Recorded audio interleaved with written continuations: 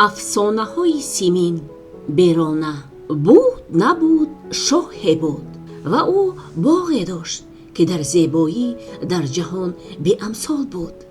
در باغ درخت می روید که در موزونی و رنگینی شاخ و برگ نیز بی نظیر بود. کسی که به باغ وارد می شد از آن چشم کنده نمی توانست و از تماشایش هیچ سیر نمی شد. باری شاه گفت: ای درخت زیبا، من می خواهم که نام تو را و چی بار آوردن تو را بدانم. خیلی در این موضوع فکر کردم و فهمیده نتوانستم که چرا تو با چنین زیبایی و رعنایی بی ثمر هستی. شاه باغ را تر گفت، اما این فکر حزن‌آور هیچ از معنیش دور نمی شد. وی نمی دانست که از کدام دانشمند به این سوال جواب بجوید. در آخر به چنین خلاصه آمد: از پیران خردمند و روزگار دیده پرسیدن لازم است.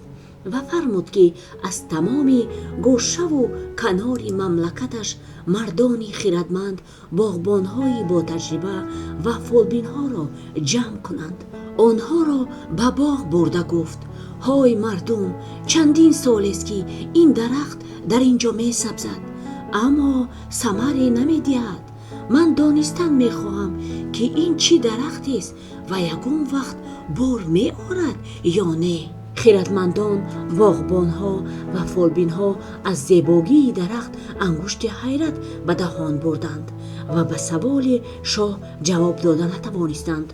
ناگاه از بین ازدحام موی سفید کهنسال لنگان پیش آمد و به عصایش تکیه کرده گفت: بیهوده مینه آب میکنید، این را هیچ کس دانسته نمیتواند. همه با دقت به گپ موی سفید گوش میکردند و او به سخنش ادامه داد: وقتی که من هنوز نوجوان بودم، یک موی سفید خیلی سال خورده به من حکایت نمود که چون این درخت در جهان تنها یک تاست و آن چنان بار می آورد که مردم مثلش را ندیدند. در قریبی نیمه شب مخچه هایش برهم می کنند و بعد از لحظه به گل تبدیل می یابند و باز بعد از لحظه درخت از میوه های طلایی بارور می شود. رسا در نصف شب کسی آنها را می چیند. کی می چیند؟ این را تا حال کسی نمی داند. همه به موی سفید با تحیر می نگریستند. شاه چنین اظهار نمود: من امر می دهم که این درخت را پاسبانی کنند.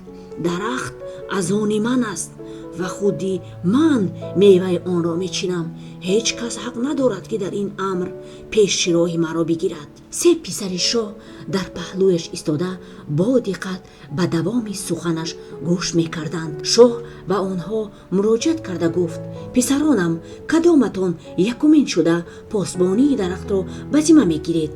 من، گفت پسری کلانیش، حرکت میکنم که میوه های این درخت رو از دوست امین گردانم و اقلا یک دانهش رو به شما پیشکش کنم. خوش پسرم، در عزمت استوار باش، گفت شاه. روز بیگاه شد. پسری کلانی شاه دوستانش رو جمع نمود و خوراک و شرابی بسیار تیار کرد. آنها تا که زیق نشوند آن خوراک ها و شراب ها را همراه گرفته به پاسبانی درخت روان شدند. آنها گلخن افروختند و به خوردن و نوشیدن و با هزل و بازی مشغول شده خواب را فراموش کردند. ناگاه دیدند که در درخت مخچه ها پیدا شدند. بعد از لحظه مخچه ها به گل تبدیل یافتند و باز بعد از لحظه گل ها به سقوچه های درخشان مبدل گشتند. حجم سقوچه ها در پیش نظر می افزود و بالاخره آنها به سیب های طلایی تبدیل یافتند. همه دم نبرآورده این معجزه را تماشا می کردند. بیایید باز اندکی صبر میکنیم، بگذار سیب‌های طلایی پخته رسند. پیچی راست زد شاهزاده. شب رس و نیم شد. همه به سوی درخت دویدند. آنها میخواستند که به بالای آن برآمده میوه‌اش را بکنند، اما در این وقت رعد گل درست زد، برق درخشید، شمالی سخت برخاست و سیلبارانی شدید فرو ریخت. باغ را ظلماتی تیره و تار فرا گرفت. پاسبانان از ترس و هراس به کجا گریختن را نمی دانستند، اما دیری نگذشته شمال و باران باز ماند و در آسمان ماه و ستاره ها درخشان شدند.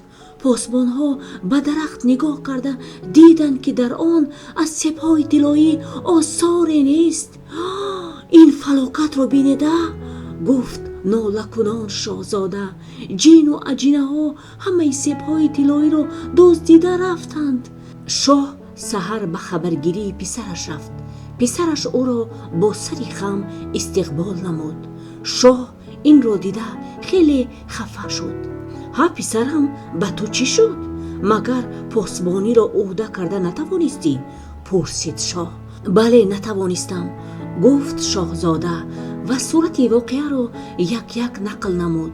پادشاه بگفت من بسیار میخواهم که در عمرم اقلاً یک بار این میوه زیبا را ببینم. کی میوه این درخت را از غارت بازداشته میتواند؟ پسری میانگیش این وظیفه را به ذمه گرفت. خوش، یک آزموده بین، گفت شاه، لیکن از عقد دلیر و هوشیارتر باش. باز روز به آخر رسید. شاهزاده فرمود که نقل و شراب آرند و همراه دوستانش به باغ رفت. آنها گلخن افروختند و در گرد گلخن نشسته به میگساری و صحبت شروع نمودند. برادران، گفت شاهزاده وقتی که صحبتشان خیلی تفسید، با ما بر این جوان مردان از اینجا با دستی خالی برگشتن عیب است. کسی که از این درخت اقلاً یک تا سیب طلایی کند، من به او انا این انگشتری قیمت بها را میدهم. من شمشیر طلاکاریم را، گفت یکی از دوستانش. من کلاهی زرکوبیم را، خطاب نمود دیگری. ما راضی فریاد زدند دیگرهایشان. قریبی نیمه شب مخچه ها ورم کردند و به گل تبدیل شدند و گلها به سقاچه های درخشان. بعد حجم سقاچه ها کلان شدن گرفت و در آخر آنها به سیبی زیبای طلایی تبدیل یافتند. تمام دسته پاسبانان به نزد درخت روان شدند. اندک صبر کنید، بگذار پخته رسند، پیچیراز زد شاهزاده، اما طاقت کرده نتوانسته در خود همان زمان امر کرد.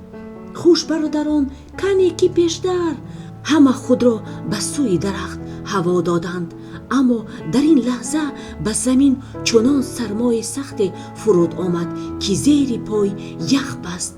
پاسبان ها لغزیده می افتیدند و از سرما دیر می لرزیدند. علاوه بر این هوا چنان تاریک شد که حتی پیش پای را دیدن ممکن نبود. پاسبان ها از خنکی قریب شخ شده مرده بودند. اما سرما دیر طول نکشید. دیری نگذشته هوا گرم و یخ آب شد. در آسمانی صاف ستاره ها چشمک می زدند و ماه نیز روح نمود. انا گپ و منا گپ، خطاب نمود شاهزاده. این چی معنی داشته باشد؟ این چی بلایی بود که بر سر ما فرو ریخت؟ شاهزاده با دوستانش چیز و چارهشان را غون داشتند و با سری خم از باغ برآمدند. شاه باشد به آمدن پسرش بی‌صبرانه انتظار بود. کارها چی خیل پسرم؟ پرسید شاه. بعد پدرجان، جواب گفت پسری میانگیش. ما از سرما قریب مرده بودیم.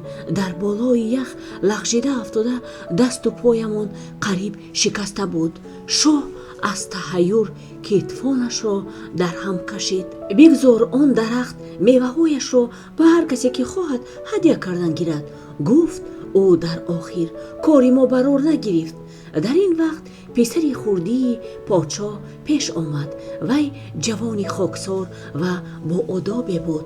شاهزاده خردی اظهار نمود که پاسبانی درخت اکنون نوبت اوست. مان این کارا پسرم، دیدی کو کاری برادرانت برار نکرد، او را از عزمش بازداشتنی شد. شاید کاری من برار کند، گفت در جواب شاهزاده. وی یکه و تنها به دوست و جوره هایش به پاسبانی باغ روان شد. به جز نی دیگر چیزی همراه نگرفت. بیگاه شد. هوا آرام و ساکت بود. نه شاخی می جنبید و نه برگی. شاهزاده به نی نوازی شروع نمود. گاه گویا دلش پر از غم و اندوه باشد، آهنگ محزونی را، گاه گویا خود را شیردل کردنی باشد، آهنگ متنتنه را، و گاهی گویا خون در رگهایش و غلیان آمده باشد، آهنگ شوخی را می نواخت. به همین منوال شب را قریب نصف کرد. مخچه های درخت ورمیدن گرفتند. بعد به گل، از گل به سقوچه های درخشان و از سقوچه های درخشان به سیبی طلایی تبدیل یافتند. شاهزاده به درخت چشم دوخته نی نوازی می کرد. چی قدری که به درخت بیشتر چشم می دوخت، همان قدر آواز نیش فورم و تأثیرناکتر می شد. رسا در نیمه شب مهوش طلاپیکر و سفید قبا همراهی 50 مهوش دیگر از هوا به بالای درخت فرود آمدند. آنها به چیدن سیب طلایی شروع نمودند. شاهزاده از مهوش طلاپیکر چشم کنده نمی توانست. وی هیچگاه چنین حسن و لطافت را ندیده بود. دیگر نی نمی نواخت و حتی نفس نمی گرفت، چون که غرقی تماشا بود. وقتی که دخترها همه سیبهای طلایی را چیده شدند، آن صاحب جمال از درخت فرآمده راست به پیش شاهزاده آمد و با آوازی فوره می گفت: نوای نی تو نه تنها دل آدم، حتی دل سنگ خارا را آب می کند. از افتکار دل صاف و بیغش داری، بنابراین من به تو کمک می رسانم. تا حال سیبهای طلایی را من می چیدم، اکنون نوبت توست. من در نیمه شب می چیدم و تو در نیمه روز خواهی چید. شاهزاده ما عاشق شیدا شده بود. نام چیست و مکان در کجاست؟ پرسید او از دختری صاحب جمال. نامم بیرانه و مکانم در شهر سیاه، گفت دختر و در خود همان لحظه غیب زد. شاهزاده در جایش شق شده ماند. دل او از غم و اندوه لبریز شد. فقط وقتی که هوا روشن گشت به خود آمد و راهی خانه‌شان را پیش گرفت. پدر جان صاحب سیب‌های طلایی خواهد شد. هنوز از دور فریاد زد شاهزاده: کنی آن سیب‌ها؟ پرسید پدرش. آنها را در نیمه شب دختری صاحب جمالی که بیرانه نام دارد چید و فرمود که من در نیمه روزی بچینم. پدرش خرسند شد و به پسرش تشکرها گفت. گفته دختری طلاپیکر بر این شد: شاهزاده هر نیمه روز سیب‌های طلایی رو چیده به پدرش میداد. نیم سال گذشت. شاهزاده در این مدت آب و ادا شد. وی به هیچ چیز میل و رغبت نداشت. دائما در زیر درخت ایستاده درباره دختری طلاپیکر فکر میکرد. بالاخره به چنین قرار آمد که به جستجوی بیرانه خواهد رفت. با این فکر و اندیشه به نزد پدرش آمد. بیرو پسرم، گفت پادشاه، من میبینم که بسیار بی‌طاقتی داری، دائما درباره بیرانه فکر میکنی. شاه برای پسرش اسباب و انجام سفر را تیار کرد و از بین خدمتگارانش یک نفر را همراه تعیین نمود. آنها به اسبهای خود سوار شده به راه برآمدند. تمام دنیا را از قد و بر طی نمودند. بسیار کشورها را دیدند، اما از شهر سیاه و دختری طلاپیکر بیرانه نه نام یافتند نه نشانه. ناگه از پیش راهی آنها کشک برآمد. در آن کشک جلاجین کمپیر مادری بیرانه زندگی میکرد.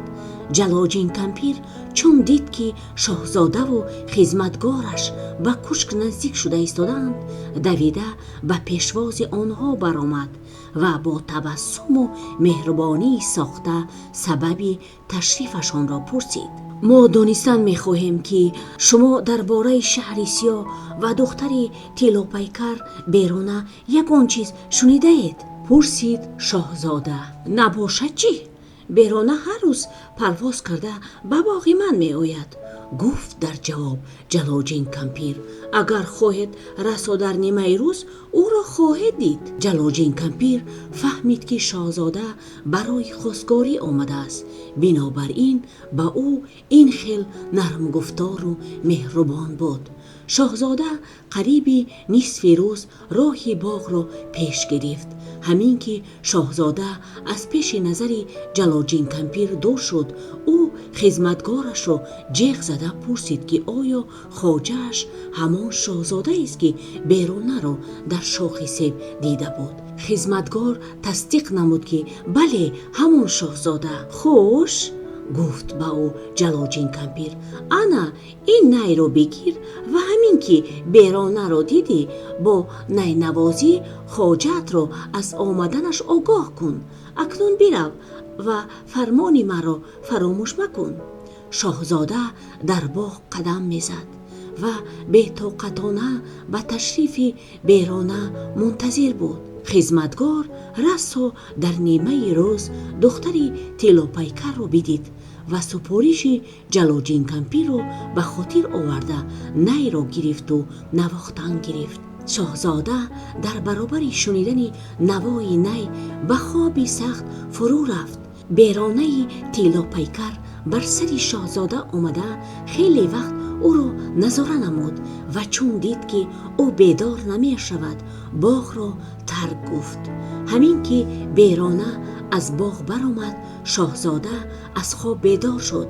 خدمتگارش عرض نمود که بیرانه در باغ بود و همین حالا آن را ترک گفت. شاهزاده نمیدانست که از کی خفه شود، از خودش که در چنین لحظه خوابش را پرانده نتوانست و یا از خدمتگارش که او را بیدار نکرد.